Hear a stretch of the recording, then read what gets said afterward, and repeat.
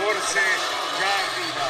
Vedo qualcosa, d'albero in albero, di palazzo in palazzo, di torre in torre, arriva lui, Spider-Man, l'uomo ragno, che sicuramente ha da dire la sua.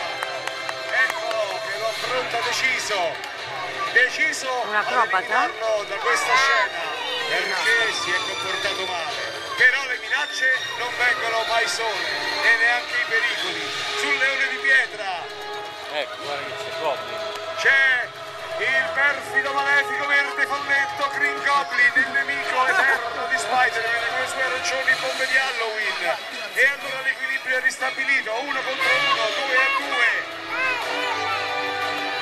E con un po' di rammarico devo dire che vedo le cose mettersi un po' in panino. Non vorrei che l'arena, con le sue straordinarie capacità, rimescoli troppo le carte.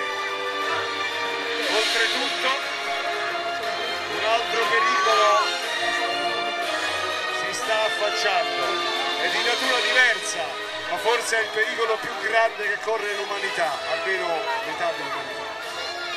Signore e signori, scosta il fogliame,